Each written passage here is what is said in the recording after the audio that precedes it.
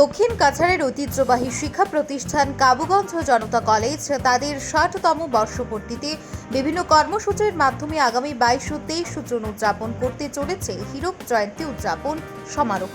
এরই পরিপ্রেক্ষিতে রবিবার কলেজ প্রাঙ্গণে অধ্যক্ষ ডক্টর দেবাশিস পালের পৌরোহিত্যে চূড়ান্ত রূপরেখা তৈরির উদ্দেশ্যে আয়োজিত হয় এক জরুরি বৈঠক।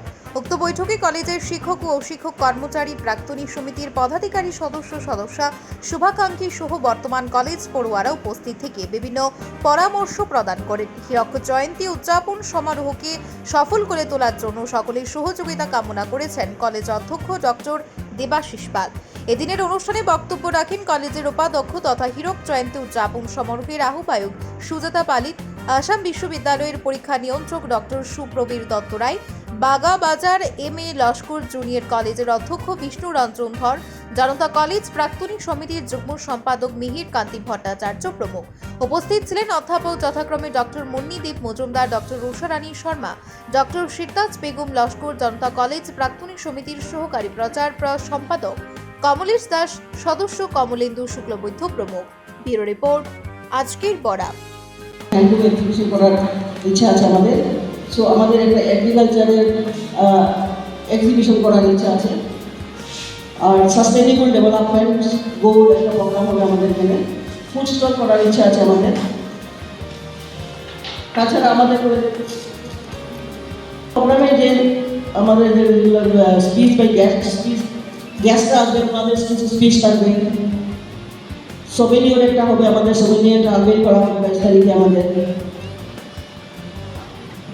তাছাড়া কলেজ প্রোগ্রাম যেভাবে হয়, ফেলিসিটেশন হয়, ল্যাটিনিয়াম, এগুলো তো প্রোগ্রামের মধ্যে থাকে। এগুলো কন্ট্রাক্টরের সাথে থাকে আমাদের কন্ট্রোলার স্যার, প্যানেল ডিসকাশন একটা আছে।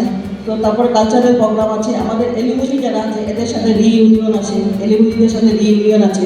এই জন্য আমাদের প্রাক্তন বর্তমান সব স্টুডেন্ট প্রথমে একটা শোভাযাত্রা করা হবে সকালে, এবং সবাই অনুরোধ থাকবো সেই শোভাযাত্রায়, বিশেষ করে কলেজের প্রাক্তন ছাত্র যারা, বর্তমান ছাত্র এবং কলেজের সাথে জড়িত বিভিন্নভাবে তাদের সবাই গ্রামান্ত যারা বলবে তারা যেন ওই শোভাযাত্রায় থাকে। এটাই কলেজের ইমেজটাকে তারা করাই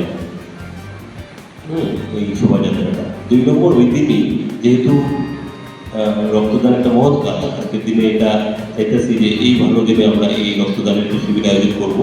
কাছাড় ক্যান্সার হসপিটাল সোসাইটির সাথে কথা হয়েছে, শ্রী কল্যাণ চক্রবর্তী, উনি সম্মতি দিচ্ছেন। তো ২৩ তারিখে সেটা আয়োজন করা হলো।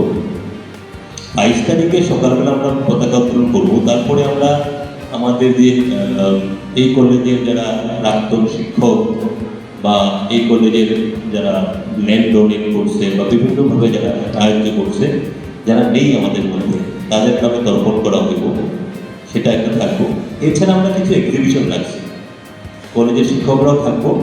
নিমন্ত্রণ করবো যদি ইন্টারেস্টেড কেউ থাকে তারাও কলেজে ম্যাডামের সাথে যোগাযোগ করতে, যাতে আমরা স্টল এখানে খুলতে পারে তারা যদি ইন্টারেস্টেড থাকে।